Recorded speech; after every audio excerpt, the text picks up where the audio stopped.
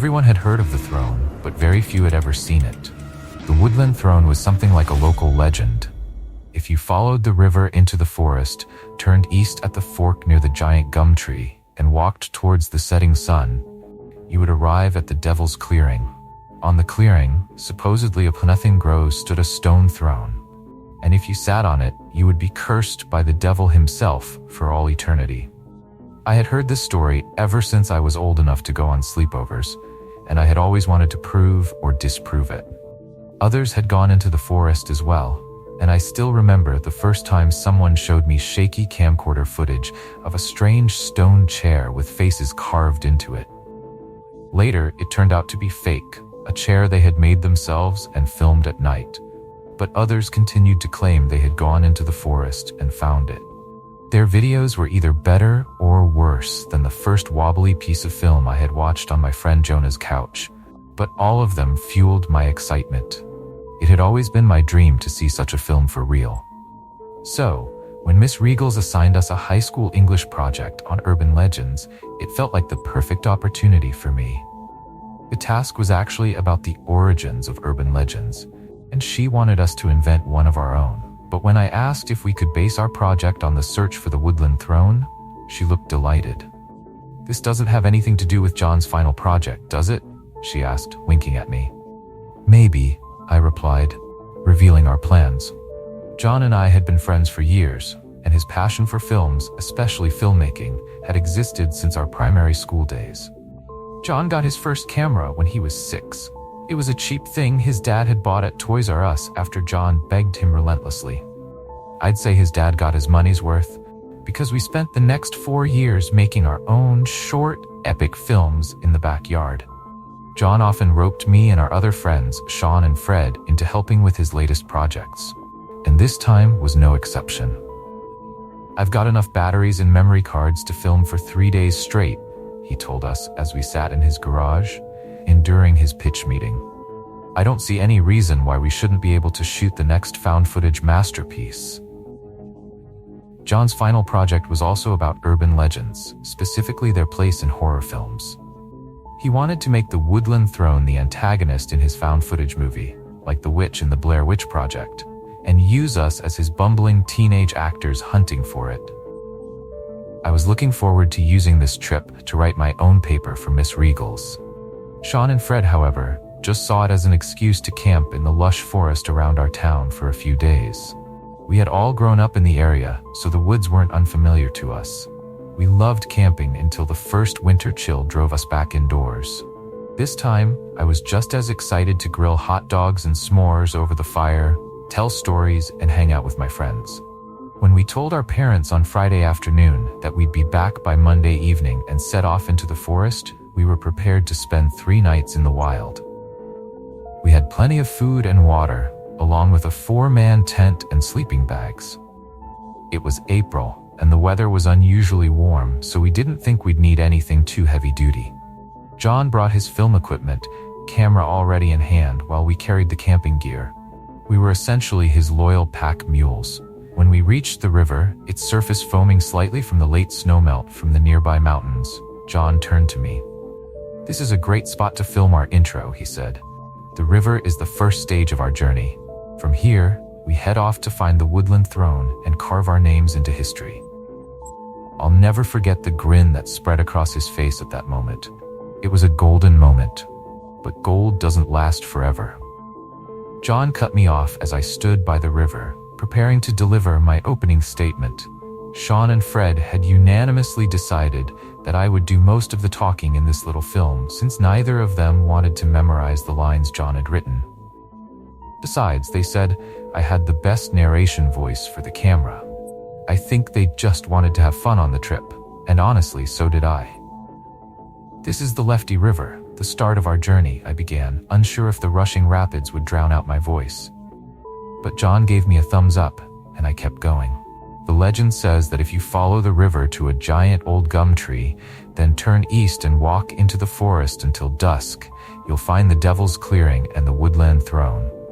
Those who sit on it are said to be cursed and tormented for eternity for daring to sit where the devil himself once rested. And tonight, we intend to find that throne."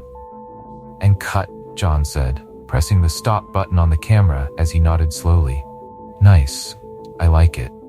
So what happens if we don't find the gum tree? Sean asked as we shouldered our backpacks and headed deeper into the forest.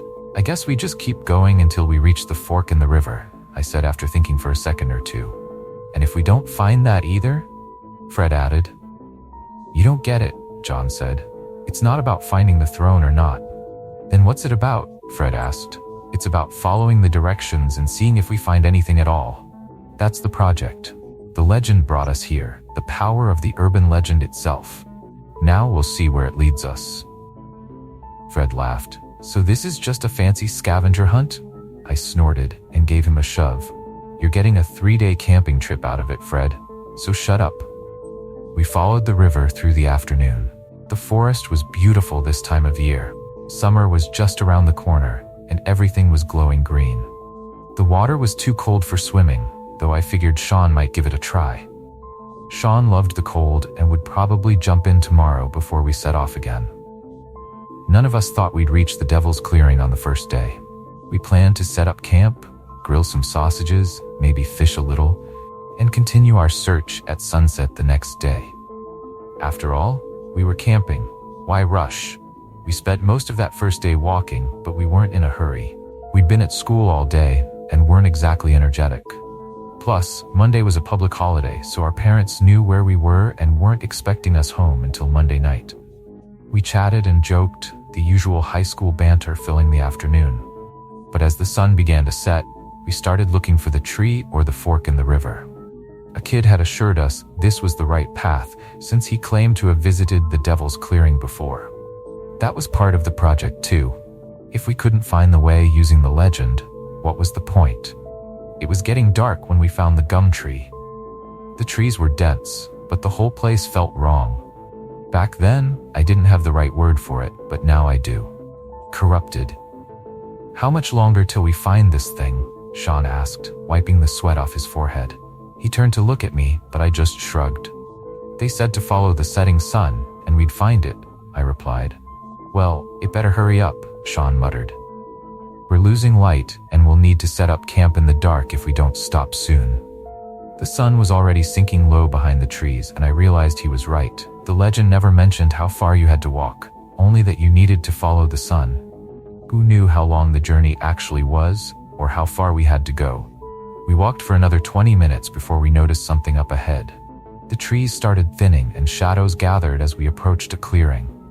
There, rising from the middle of the clearing, was a large, ominous throne. Holy shit, John breathed. It's real. And it was. The chair stood about a meter high and as wide as an armchair. It looked like it was made of concrete, inlaid with expertly crafted carvings of gemstones. On the backrest, right where a person's head and shoulders would rest, were 3 gray faces with red eyes and open mouths. They all looked similar at first, but the longer I stared, the more their differences stood out. One seemed to cry, another laughed, and the middle one grinned. The whole thing looked like it belonged in a miniature golf course, a bizarre maze, or maybe even an old temple lost in the forest. It felt so out of place in that clearing, like a dining room set dumped in the middle of the bush. As much as I had wanted to see it, now that I was here, I couldn't bring myself to get any closer. Something about it felt fundamentally wrong, repulsive even. I couldn't understand why I'd ever wanted to find it. John, on the other hand, was already filming, his focus locked on the throne. After a moment, he waved at Sean, signaling for him to sit on it as they'd planned. But Sean just stood there, frozen in place, staring at the throne like it was the strangest thing he'd ever seen. John grew frustrated. He pointed at Sean, then at me, trying to urge him forward. Sean shivered when I gave him a little shake, looking at me like he was in a dream. "Sit on it," I whispered, and Sean slowly nodded, stepping towards the throne. But before he could get there, Fred shoved him aside and plopped down on the seat. "What the hell is he doing?"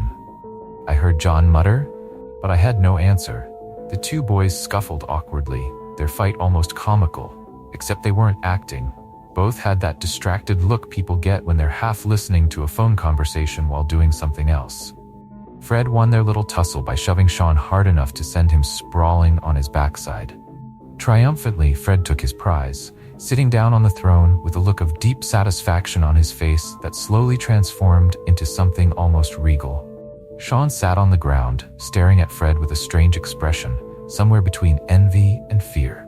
Then, something happened. While Fred basked in his newfound seat, his skin began to blister. At first, it was just a general redness, something I almost missed in the fading light. I would have brushed it off as a sunburn until the blisters started forming. His arms and face warped as pus-filled boils swelled and burst at an alarming pace. Blood and pus oozed down his arms and onto the stone seat. As the sun dipped below the horizon, Fred's skin began peeling away from his bones. Soon, his skeleton became visible, shimmering grotesquely in the dim light. All the while, he sat there as if experiencing some twisted form of bliss. Then, as Fred's skeleton slumped off the throne, Sean stood up, and without hesitation, he moved to take Fred's place. I tried to stop him, calling out his name as I rushed towards him, but Sean didn't hesitate for a second. He wasn't fazed by Fred's horrific fate. I glanced at John, expecting him to be horrified, but instead, he had lowered the camera from his face, tears streaming down his cheeks. He wasn't crying out of fear or sorrow. No, John was overwhelmed, like a priest who'd just seen the face of God. "John," I shouted, shaking his arm. "John, we have to leave now." He didn't seem to hear me, his eyes fixed on Sean, who was now sitting on the throne. Sean's skin was already turning red, and I knew what would come next. "John, please," I begged. "We have to get out of here. We need to tell someone. We have to get Sean off that thing." But it was too late. Sean's flesh began melting off his bones, just as Fred's had. His white skeleton shone eerily in the twilight, and as his eyes liquefied in their sockets, I grabbed John's arm, trying to drag him away.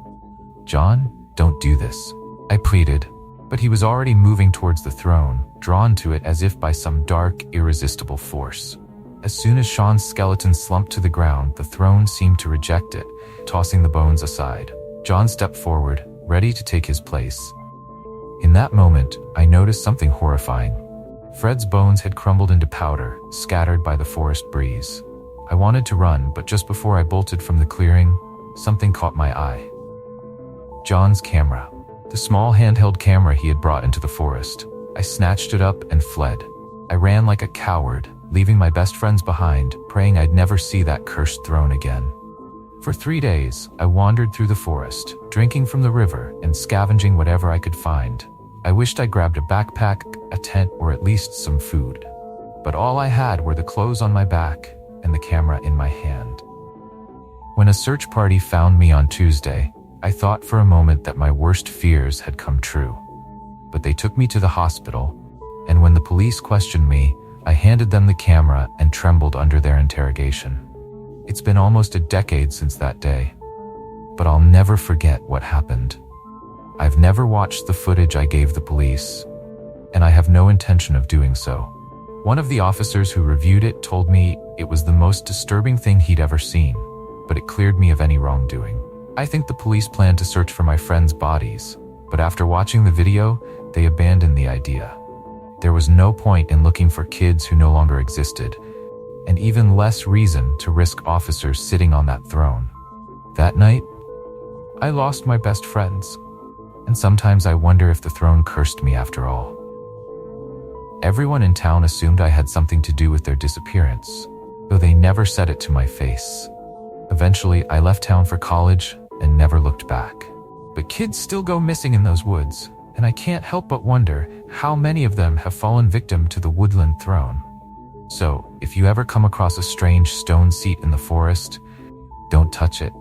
It's meant for only one person, and you can sit on it, but only for as long as you can endure.